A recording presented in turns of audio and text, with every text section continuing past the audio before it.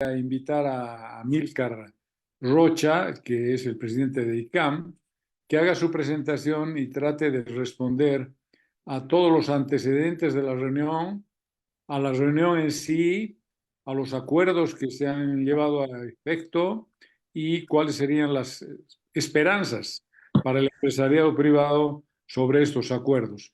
Por favor, doctor Amílcar Rocha, tiene usted la palabra. Bueno, en primer lugar, muchísimas gracias. Vamos a tratar de resumir en estos 15, 20 minutos los acuerdos a los cuales se han llegado, las deliberaciones y de pronto algunos pormenores que vale la pena conversar en un ambiente intelectual como este para poder entender cuál es la intención, dónde vamos, cuáles son los alcances y demás, ¿no?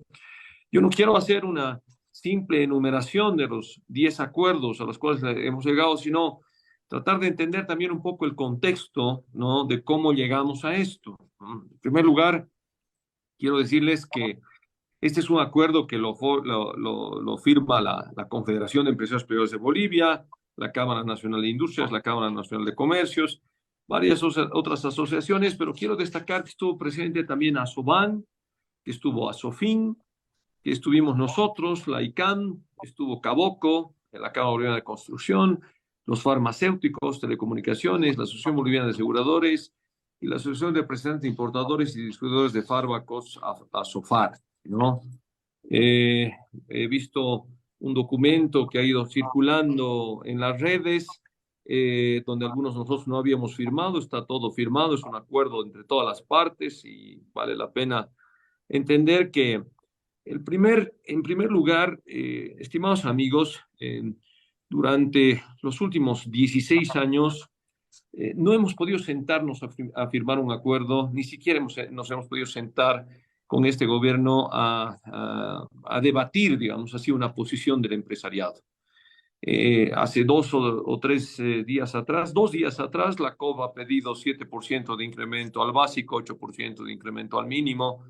Y estos son temas que seguramente ustedes nos han escuchado muchos años, muchas veces reclamando en el sentido de que decisiones tan importantes tienen que ser tripartitas. La OIT dice que son tripartitas. Sé que no es el tema que nos trae a colación el día de hoy, pero es muy difícil sentarse a negociar, digamos así, con un gobierno que tiene una ideología de pensamiento totalmente diferente a la tuya. O sea, hay que entender que nosotros como empresarios, como industriales, como exportadores, como importadores, como miembros del ICANN, tenemos pues una filosofía basada en la libre empresa, basada en la generación y la repartición de riqueza.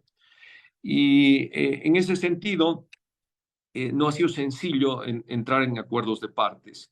Y quiero decirles cómo llegamos a esa reunión, porque ustedes seguramente conocen los 10 puntos, se los voy a ir enumerando después, pero el momento es importante. Ustedes saben que nosotros llegamos en Cochabamba a le voy a decir así, unos bloqueos precarnavaleros, ¿verdad? Porque seguramente van a ver los bloqueos poscarnavaleros, van a ver los bloqueos de Semana Santa, ya van a ver ustedes, porque cualquier razón va a ser buena para bloquear, ¿no? Debido a que hoy nosotros estamos en medio de una pugna de quién se queda con una sigla y quién es candidato. Ese es el fondo del asunto. No estamos solamente en un tema de magistrados o un tema económico, hay un tema político muy serio que no debemos dejar de olvidar en una coyuntura como la que vivimos en este momento. Salimos de 16 días de bloqueos, donde el gobierno reporta, y voy a decir el gobierno porque nosotros tenemos otros reportes, ¿no ve? Reporta $1.000 millones, $1.000 millones de pérdida para el país, $200 millones de pérdida para Cochabamba, y ellos hacen una abstracción muy sencilla en relación al PIB y demás, ¿no? Entonces, lo que nosotros sabemos desde nuestro observatorio LICAM es que cada vez que se cierra la carretera Cochabamba-Santa Cruz, ¿no? Perdemos $9.2 millones por día. Ahora, cuando pensamos en un país donde habían 34 puntos de bloqueo y 22 puntos de bloqueo estaban en Cochabamba, o sea, esa es una proporción muy interesante, 64 puntos de bloqueo estaban en Cochabamba, realmente el daño que se le genera a la región es muy importante. O sea, han aprendido que si cerramos oriente, occidente, norte, sur, y cerramos todas las vías, pues encerramos Cochabamba, ¿no? Y no tenemos vías de salida, tenemos un aeropuerto que no tiene una migración efectiva, tenemos serios problemas de conectividad, y ahí solamente entre paréntesis, ¿no? Les quiero decir que una de las grandes falencias que tiene nuestro departamento es el tema de conectividad. Hay 13 kilómetros exactamente que faltan para conectar una carretera de Vila Vila, en Vila Vila, para que todo el transporte pesado de Cochabamba pase por el Parque Industrial de Santibáñez sin entrar al centro de la ciudad. Hay menos de 44 kilómetros, mucho menos ahora, cerca de 38, por lo que nos han dicho, en una carretera entre Cochabamba y Trinidad, ¿verdad? Yo sé que tampoco es el tema de colación, pero quiero contextualizarlos, ¿no? En todo esto que viene así. Junto a eso, 2 semanas atrás, ustedes han debido escuchar todas las declaraciones del presidente, donde hace mofa y dice, en este país hay muchos dólares, no deberíamos tener dólares, deberíamos tener solamente bolivianos. Una mofa, inclusive, nosotros hemos considerado hasta fuera del lugar, digamos así. En ese sentido, nosotros en la ICAM tenemos la iniciativa y logramos gestar una reunión con el ministro de Economía, justo 2 días después de que se levantan los bloqueos, donde vamos a hacer demandas regionales en el sentido de que Cochabamba había sido seriamente perjudicada, seriamente dañada, y que realmente nosotros necesitábamos atender otros temas. Y nosotros ponemos en esa conferencia de prensa, después que presentamos con el ministro, un tema a colación, que es un tema controversial en ese momento, y es el hecho de que no existían dólares en nuestra economía, ¿verdad?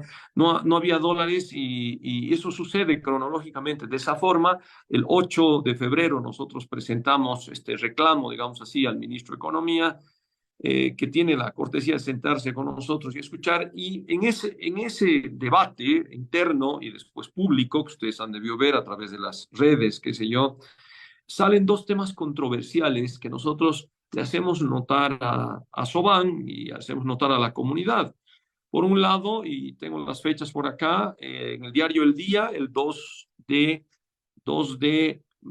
febrero, el ministro de Economía manifiesta que le había entregado 234 millones de dólares a la banca.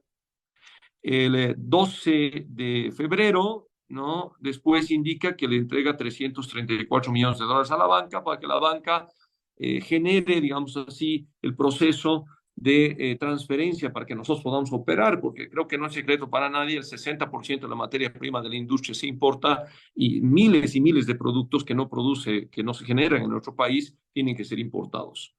Entonces, al haber esta declaración del ministro, ¿no? Y cuando tú vas al banco te dicen, no tenemos dólares, ¿verdad?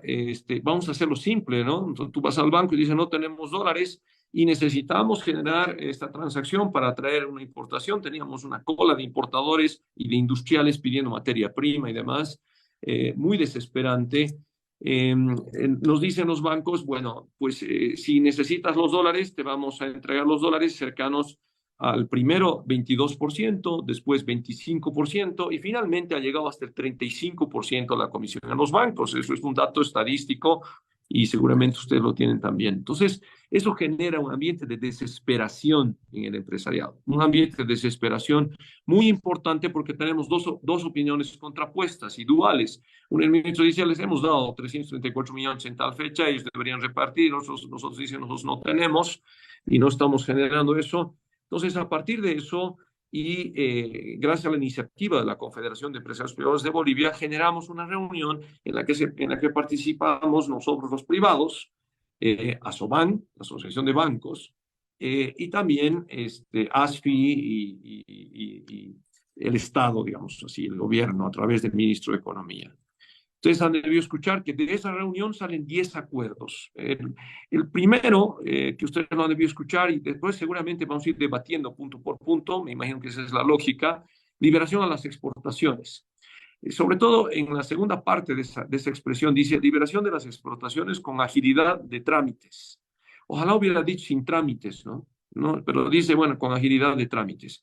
Que nos van a devolver los CDIs con 15 días como máximo. Hoy hay empresas exportadoras que acumulan CDIs 6 meses, 8 meses, 9 meses, años, que no les devuelven los CDIs que están siendo acumulados. Emisión de bonos en dólares. Ahí debe haber un debate en el cual tenemos que charlar, ¿no? Dirán, ¿y quién va a comprar los bonos en dólares de un país que está en las condiciones que está, categorizado CCC y con dudosa posibilidades de inversión? Sin embargo, los bonos en dólares pueden ser interesantes en algún momento si pensamos que pueden servir para garantías, para el comercio exterior o inclusive para pagos entre proveedores. Subasta del diésel para grandes compradores y FFB está subastando. Yo entiendo que ayer era el primer subaste, no tengo el dato de si ha sido resuelto o no, pero subasta de diésel, pero además la importación de diésel para las empresas privadas. Esto es interesante porque las mineras ya lo hacían y otras grandes empresas van a poder hacerlo también. Promoción de la inversión privada para la construcción de plantas de biodiesel. Eh, Personalmente, y después de hablar con la gente del agro, de Beni, de Santa Cruz y demás, el biodiesel necesita pues materia prima. La materia prima hoy no la tenemos, ¿no? ¿Verdad? Si hoy quisiéramos generar biodiesel, habría que importar materia prima, lo que no hace un negocio interesante ahora. Pero si de pronto nosotros liberamos 8.000 hectáreas en el Beni para soya o para otras cosas, o seguimos liberando fronteras agrícolas, en algún momento puede ser interesante. Y vuelvo a decir, esta es una medida mucho más inmediata. Fomento una inversión para mejorar el rendimiento del sector agrícola, maíz, soya y otros. Y yo siempre hago este análisis, ¿no? O sea, evidentemente, esto es un país, es un contexto, pero Cochabamba no tiene pues nada de soya. Nosotros no exportamos soya, entonces cuando realmente hablamos de las demandas regionales, nuestra fuente exportador del macro de la exportación es muy chico. Eso es algo interesante que de pronto en algún momento podemos debatir también. Incrementar el peso y la longitud máxima de los vehículos, eso está ligado al ahorro del diésel. No sé si ustedes lo han entendido así también, pero si tú puedes llevar con la misma cantidad de diésel un camión que tenga una mayor longitud, tienes mayor capacidad de transporte, entonces disminuyes la cantidad de diésel que necesitas. Incentivos tributarios para la compra de vehículos flex y vehículos eléctricos. Es una cosa interesante a mediano o largo plazo, pero es una cosa interesante. El mundo entero lo está haciendo, ¿verdad? Vehículos flex y eléctricos. Se establece, dice, una banda de cobro de comisiones para los servicios al exterior, inicialmente entre 5 y 10%. Esta es la parte, quizás lo de arriba, liberación de las exportaciones, y lo de abajo, se establece la banda entre el 5 y el 10%. Esta es la parte que realmente los empresarios que somos industriales, importadores, que trabajamos con servicios, qué sé yo, hemos aplaudido y hemos felicitado. A ver, hay que decirlo con absoluta claridad. El gobierno tiene la obligación de entregarle dólares a la banca. Eso es absolutamente claro.